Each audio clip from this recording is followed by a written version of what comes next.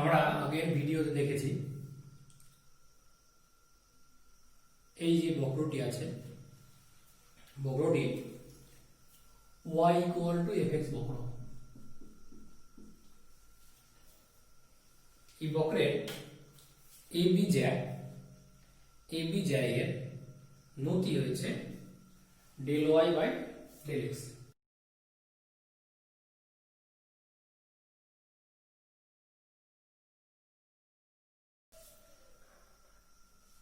AB জ্যায়ের নতি del Y by del X. এবার আমরা আরেকটু এগোবো এই জ্যায়ের নতি সম্পর্কে, আমরা আরো কিছু জানবো। আসলে আমরা সেটা করে দেখাই।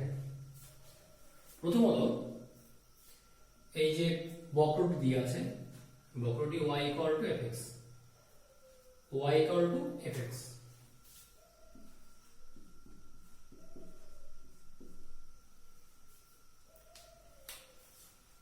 এখানে এই যে বিন্দুটা, এই বিন্দুটি x, y, আর এই যে বিন্দুটা b বিন্দু হচ্ছে x plus del x, y plus del y, x plus del x, y plus del y। যেহেতু y ইকুয়াল টু fx, তাই যখন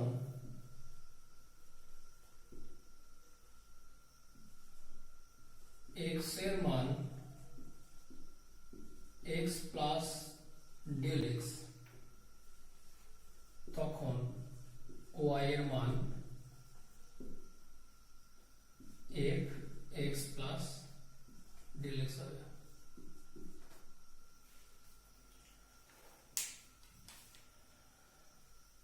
যেহেতু ফাংশনটা y ইকুয়াল টু fx, তাই x এর মান বেড়ে যদি x প্লাস ডেল x হয়, তাহলে y এর মান হয়ে যাবে তখন f x plus del x, যেহেতু y ইকুয়াল টু fx। তাহলে x এর জায়গায় x প্লাস ডেল x যদি বসাই, তখন y এর ভ্যালু আসবে f x plus del x। y এর বৃদ্ধি, y এর বৃদ্ধি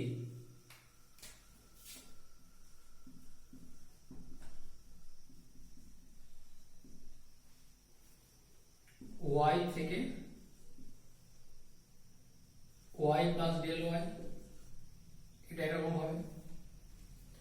আর এক রকম হবে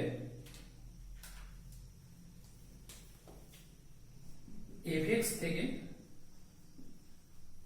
f x plus del x।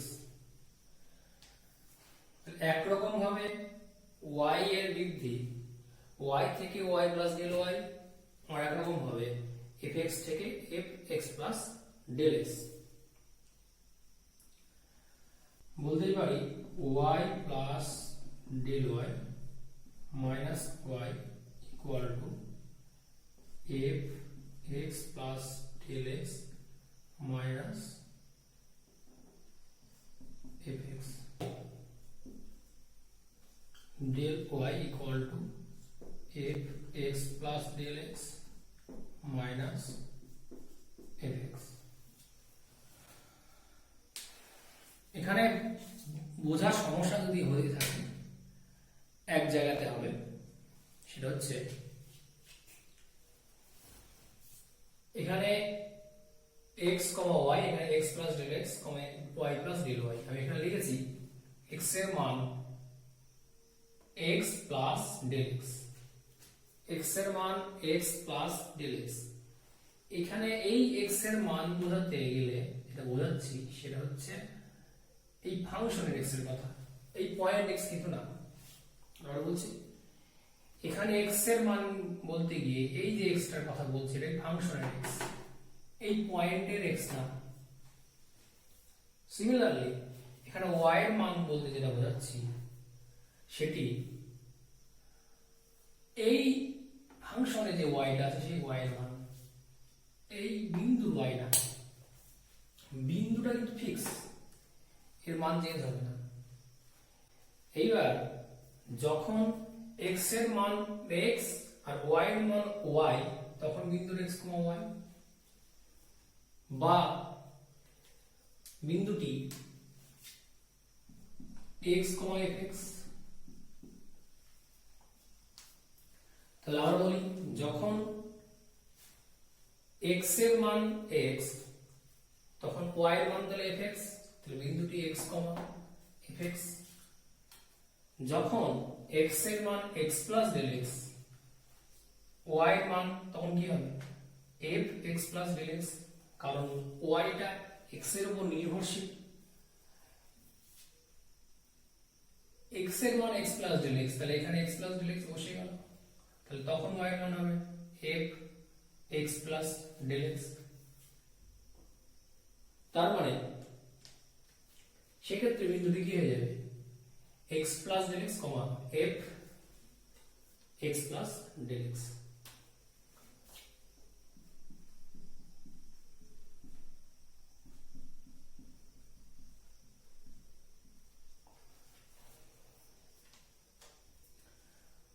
আগের মতো করে ধরি, তাহলে y এর যে পরিবর্তনটা হচ্ছে y থেকে y প্লাস ডেল y, আর এখনকার মতো যদি ধরি y এর পরিবর্তন হচ্ছে fx থেকে f x plus del x, তাহলে পরিবর্তনের যে পরিমাণ,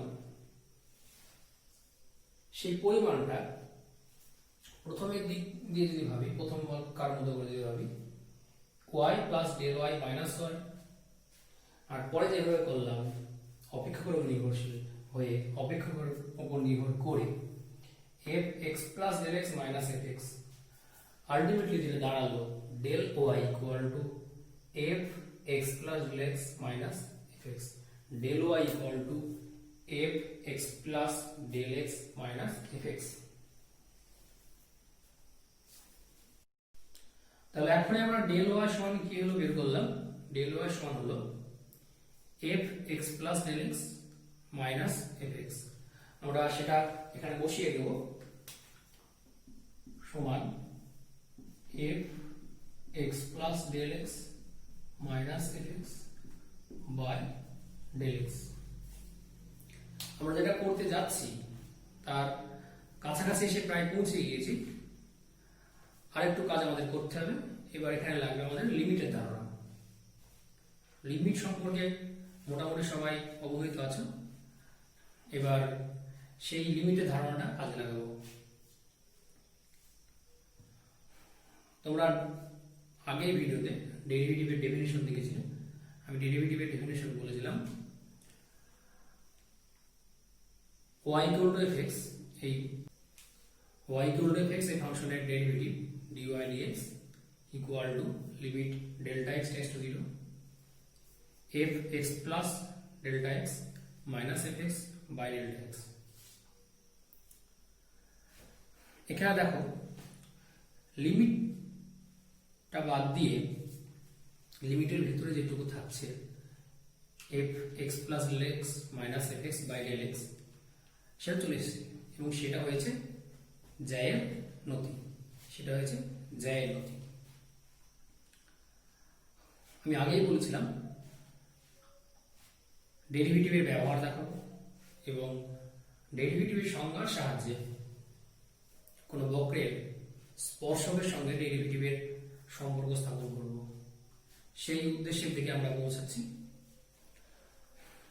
তাহলে দেখা গেল জায়ের নতি আসলো f x plus del x minus f x by del x। এর সামনে যদি লিমিট নিই তাহলে ডেরিভেটিভের সংজ্ঞা অনুযায়ী সেটা dy dx হয়ে যাবে। এবার সেই dy dx টা কি এই বক্রের ক্ষেত্রে সেটা আমরা দেখব, চেষ্টা করে দেখার জন্য।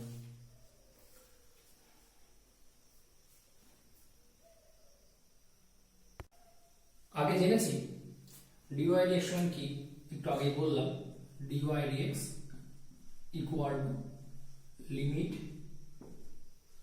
delta x tends to 0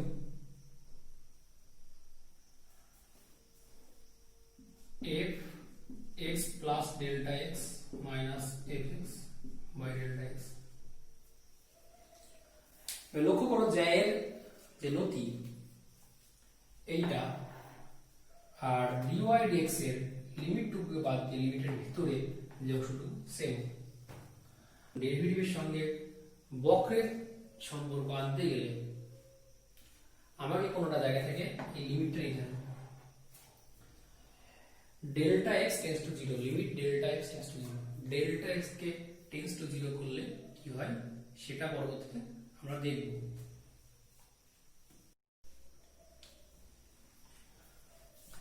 delta X tends to zero,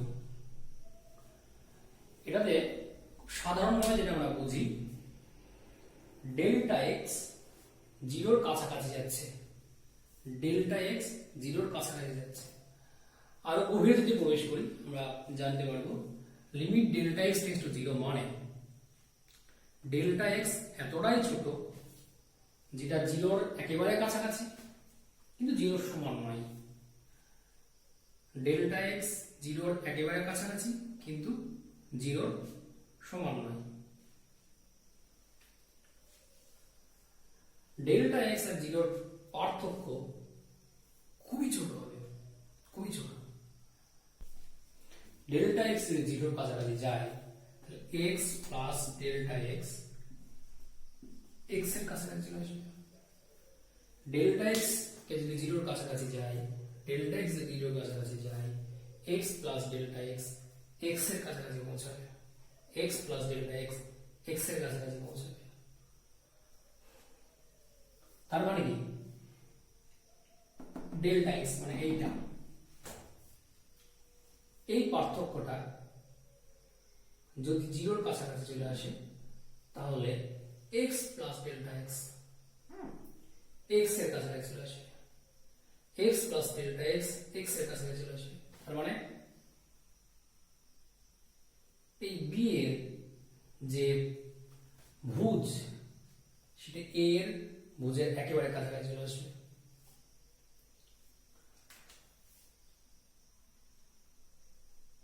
F x plus delta x কি হবে?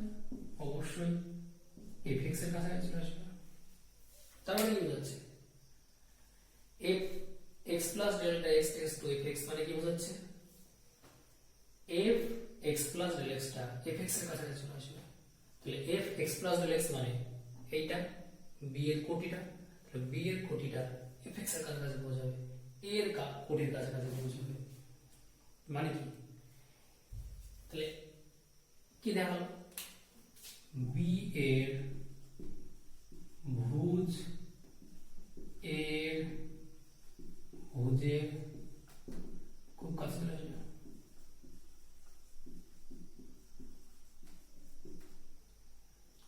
বি এর কোটি এর কোটির খুব কাছে চলে আসবে।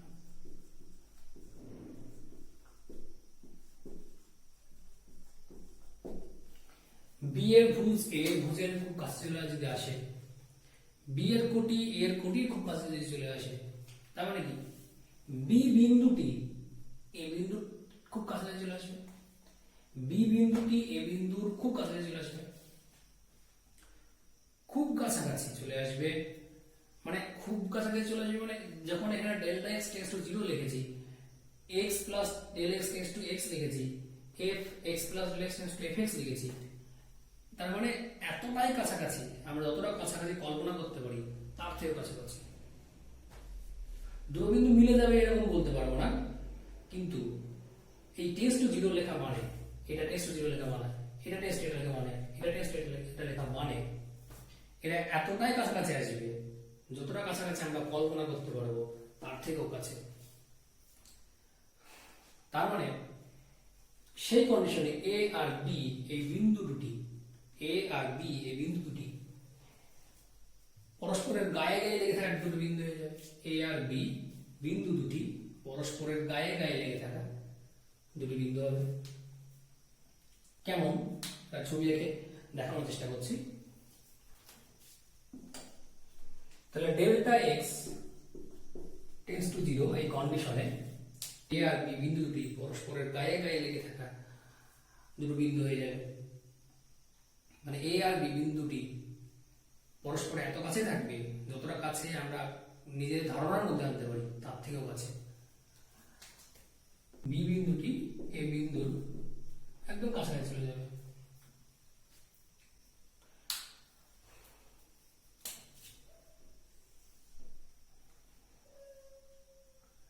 বক্ররেখা রাখলাম।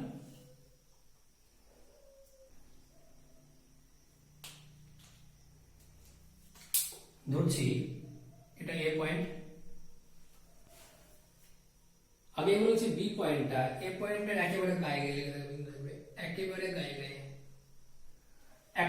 একটার উপরে যাবে না, একেবারে গায়ে গায়ে, খুবই কাছাকাছি, এতটাই কাছাকাছি যতটা কাছে ভাবতে পারি তার থেকেও কাছে।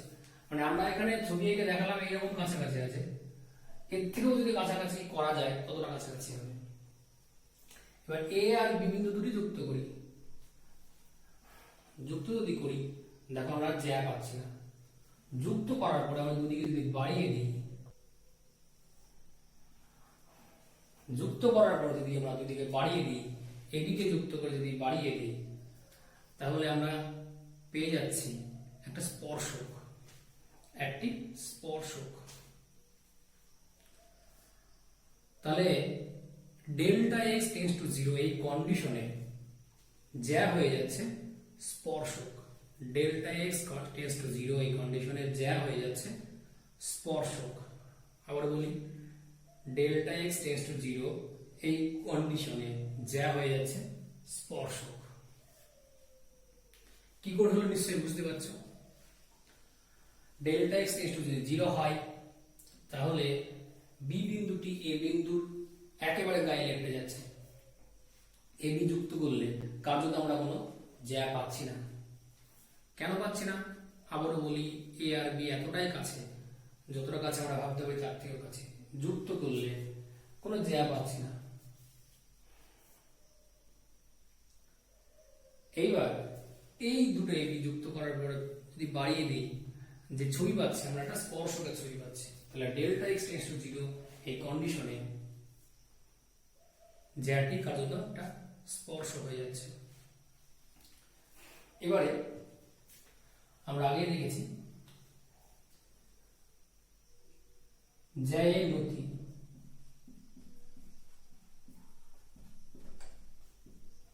সমান f x plus del x minus f x by del x. এখানে কি delta x tends to 0, delta x tends to 0 ধরে নিচ্ছি, তাহলে ডেল্টা এক্স টেন্ডস টু 0 ধরে নিচ্ছি, তাহলে ডেল্টা এক্স টেন্ডস টু 0 যদি হয় তাহলে কি হচ্ছে, আগে বললাম যেটা যাচ্ছে স্পর্শক, যেটা যাচ্ছে স্পর্শক। তাহলে যখন ডেল্টা এক্স টেন্ডস টু 0, যখন ডেল্টা এক্স টেন্ডস টু 0 তখন জ্যা কার্যত হয়ে যায়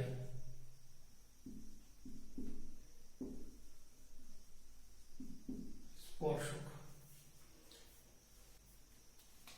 অতএব limit delta x tends to 0 f x plus delta x minus f x by delta x হলো স্পর্শকের নতি। কারণ আমি বলেছি ডেল্টা এক্স টেন্ডস টু 0 হলে জ্যাটা স্পর্শক হয়ে যায়, এটা যেহেতু জ্যায়ের নতি তাহলে ডেল্টা এক্স টেন্ডস টু 0 যদি নিই তাহলে এটা হবে স্পর্শকের নতি, স্পর্শকের নতি। আবার আমরা জেনেছি এটাই মানে ডিওয়াই ডিএক্স, এটা মানে ডিওয়াই ডিএক্স, তাহলে আমরা জেনেছি এটা মানে ডিওয়াই ডিএক্স, তাহলে এটাই কি ডিওয়াই ডিএক্স। তাহলে বলতেই পারি কোন বক্রের স্পর্শকের নতি ডিওয়াই ডিএক্স, তাহলে কোন বক্রের স্পর্শকের নতি বের করতে গেলে সেই বক্রটাকে ডেরিভেটিভ করতে হবে। তাহলে কোন বক্রের স্পর্শকের নতি ডিওয়াই ডিএক্স, কোন বক্রের স্পর্শকের নতি ডিওয়াই ডিএক্স, কেন বুঝতে পারলে তাহলে x, y বিন্দুতে কোন বক্রের স্পর্শক নতি সমান dy dx বেরোলো।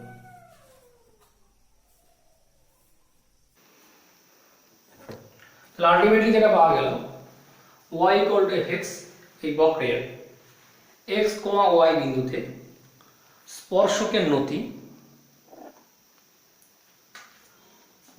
y equal to fx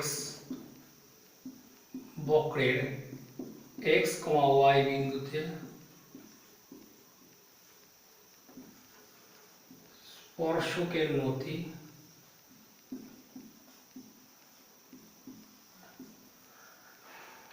স্পর্শক যদি x অক্ষের ধনাত্মক দিকের সঙ্গে ডান দিকের সঙ্গে থিটা কোণ করে তাহলে স্পর্শকের নতি অবশ্যই tan থিটা বলতে পারবো। স্পর্শক যদি x অক্ষের ডান দিকের সঙ্গে থিটা কোণ করে তাহলে স্পর্শকের নতি অবশ্যই tan থিটা বলতে পারবো। আর একটু আগে যেটা পেলাম এই নতিটা সমানই dy dx। তাহলে y equal to fx বক্রের x, y বিন্দুতে স্পর্শকের নতি dy dx। y equal to fx বক্রের x, y বিন্দুতে স্পর্শকের নতি dy dx। তাহলে যদি বিন্দুতে x, y না থাকে অন্য কোনো বিন্দু থাকে কি হবে? y equal to fx বক্রের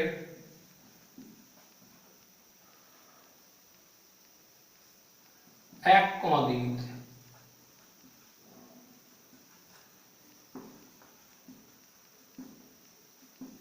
স্পর্শকের নতি সমান dy dx at 1,2 dy dx at 1,2 dy dx at 1,2 এটার মিনিং হচ্ছে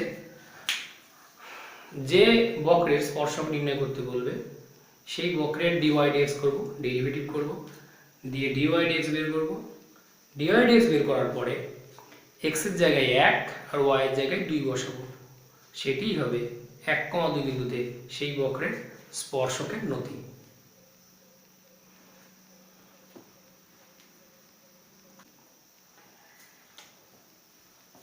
x square plus y square equal to 4 বৃত্তের 1,3 বিন্দুতে স্পর্শকের নতি নির্ণয় করা।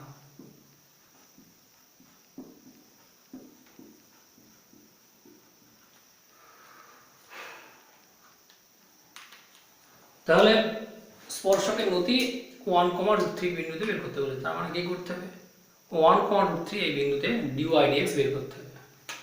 সমীকরণ আছে x স্কয়ার যোগ y স্কয়ার ইকুয়াল টু 4, উভয় পক্ষকে x এর সাপেক্ষে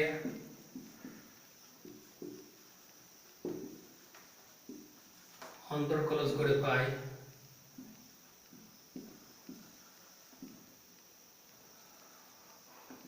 2x plus 2y into dy dx equal to 0। এখান থেকে অবশ্যই dy dx এর মান আসবে minus x by y। অতএব 1,3 বিন্দুতে স্পর্শকের নতি সমান dy dx at 1,3 সমান -1 by √3, কারণ x জায়গায় 1 y জায়গায় √3। তাহলে x square plus y square equal to 4 বৃত্তের 1,3 বিন্দুতে স্পর্শকের নতি -1 by √3। এই প্রশ্নেরই আনুষঙ্গিক একটা প্রশ্ন, যদি বলা থাকে x² + y² = 4 বৃত্তের 1,√3 বিন্দুতে যে স্পর্শক অঙ্কন করা যাবে সেই স্পর্শক x অক্ষের ধনাত্মক দিকের সঙ্গে কি কোণ উৎপন্ন করবে তা নির্ণয় করো।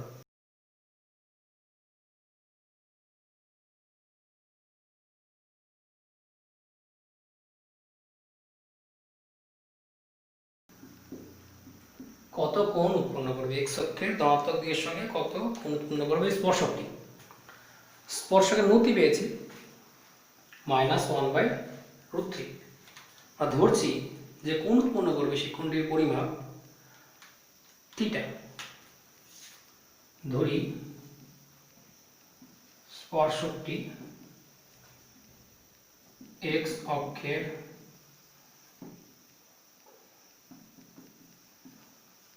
ধনাত্মক দিকের সঙ্গে থিটা কোণ উৎপন্ন করবে। অতএব tan θ = -1/√3। কারণ যদি x অক্ষের ধনাত্মক দিকের সঙ্গে কোনো সরলরেখা থিটা কোণ উৎপন্ন করে তাহলে তার নতি হয় tan θ। আর এখান থেকে সেই সরলরেখারই নতি পেয়েছি -1/√3 সমান tan